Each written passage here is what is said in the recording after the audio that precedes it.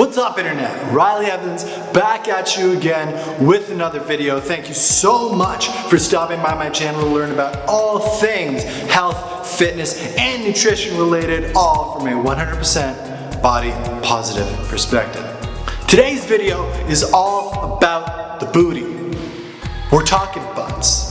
Now, why are we talking about butts? Well, the butt, or in muscular terms, the glutes, are amongst the most important muscle groups for functioning in everyday life. Whether you be walking up a flight of stairs, picking things up off the ground, or even standing still for a prolonged period of time, you're engaging with your glutes to a significant degree, and ultimately, a bigger booty is a stronger booty. As well, if you're an athlete in any way, the glutes are fundamental muscle groups for the basic tenets of athletic movement, like running and jumping. And let's face it, glutes, aesthetically delicious. So f***ing dumb. Now, anybody who's ever met me in person or seen me at a show knows that I have a booty. Now, first of all, I'd like to thank my mom and my dad. I picked the right parents, and fortunately, I was blessed with a genetic foundation for having a booty. I've always kind of had one, but I have developed my butt over the course of time in the gym, lifting up heavy things and putting them back down on the ground. Now, I know what you're thinking. Riley, there's a pandemic. Gyms are closed. We don't have access to heavy things to pick up off the ground and place back down. Well, that's where I got you. You see, particularly if you're at the beginning of your health and fitness journey and you're looking to develop your glutes, there's a lot of things that you can do with just your body weight that will allow you to tax your glutes and give them the appropriate stimulus that they need in order to develop bigger and stronger. So today, I'm gonna give you a handful of basic movements that you can mix and match and use to start building that booty.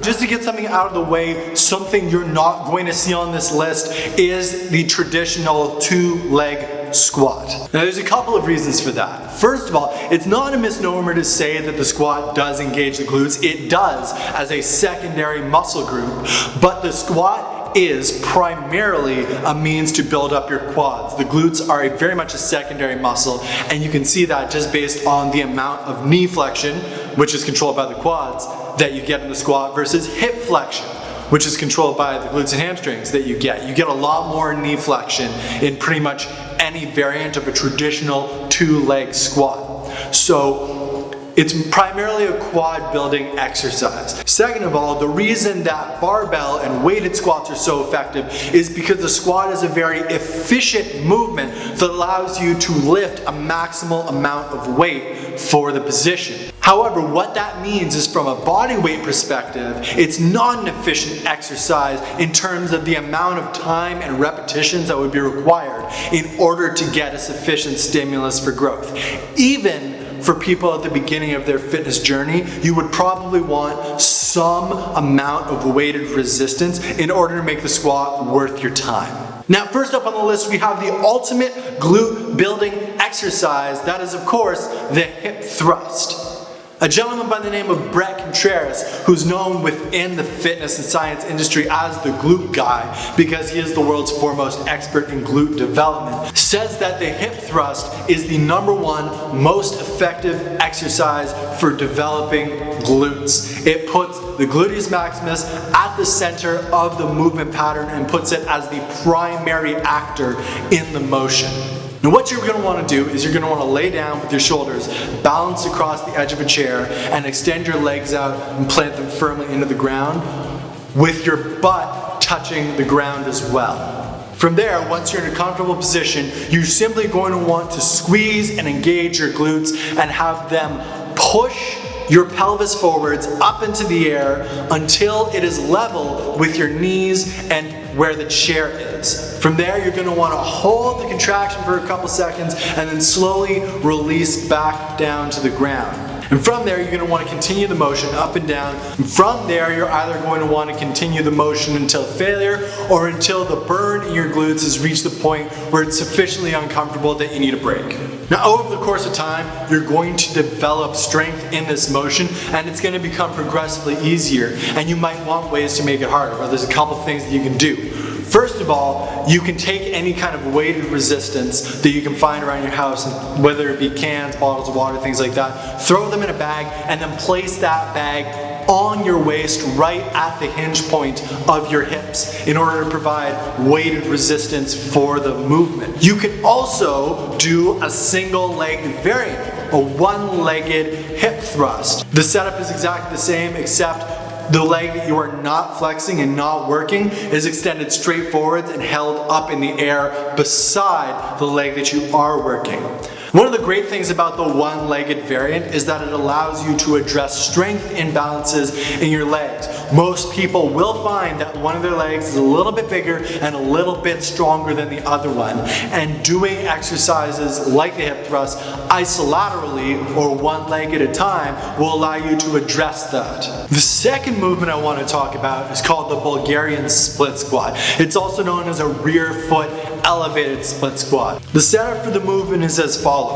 You're going to want to stand in a staggered stance, so 1 foot forwards, 1 foot back, in front of a chair. You're then going to take the rear foot, elevate it up, and balance it on the front of the chair. From there, you're going to place all of your weight in the heel of the front foot, and you're going to go down slowly and controlled as far as your flexibility and your rear foot will comfortably allow you to go. And from there, you're going to, as much as you can while remaining in balance, explode up off of your front leg back to your original standing position. And you're going to keep doing this again, up and down, until either you hit failure or you hit the point where the burn in your quads and your glutes are uncomfortable. There's a couple of reasons that this exercise is more effective for your glutes than a traditional squat. First of all, it's an isolateral exercise, so it's more difficult and thus more time efficient. Secondly, isolateral exercises in general allow you to gain a more substantial muscle contraction. Third, because you're in a bit of a precarious balance position with your rear foot on the chair, it actually recruits your glutes not only as a hip flexor, but also as a stabilizing component for your balance to make sure that you're not rocking back and forth too much. Because there are muscles in your glutes that control hip abduction, so the movement out and in of your leg. As well, like the one-legged variation of the hip thrust, this is an isolateral exercise and thus will allow you to engage strength differences between your left and right legs. Now, for a lot of beginners, the additional balancing component or just the general muscular requirements of the Bulgarian split squat may be a little too much to start with. In that case, another alternative to that, which also engages your glutes, is a traditional lunge. The setup is very simple. You stand with your 2 feet together and you take either a step forward for a traditional lunge or backwards in a reverse lunge. Whichever way you decide to step, you place all of your weight in the heel of the front foot and then you descend until your back knee either touches the ground briefly or comes very close to touching the ground, in which case you explode up back into the position with your 2 feet together, and then you descend back down, either stepping forwards or backwards with the other leg. With a lunge, traditionally you would alternate the legs that you're doing it with, but many times people will decide to do one leg and then the other. Really, it's up to you.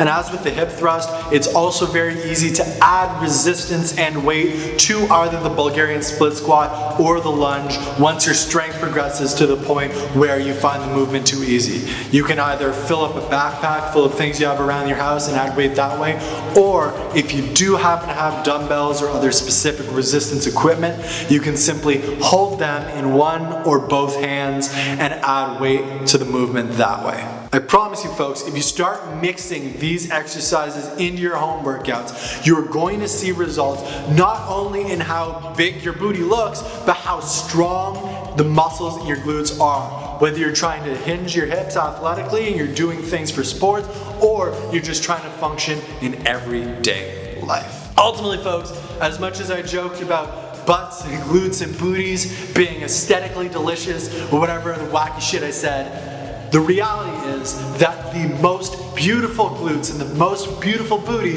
is the one that functions and does what you want it to and allows you to more effectively carry out your day-to-day tasks and move through the world, however it looks. That's the end of the video, folks. If you liked what you saw, if you learned anything at all about how to train your glutes and get the strongest, most aesthetically tasty and delicious glute muscles that you can, please subscribe to my channel, hit the like button, and stick along with me in this ride as we learn about all things health, nutrition, and fitness related from a body positive perspective.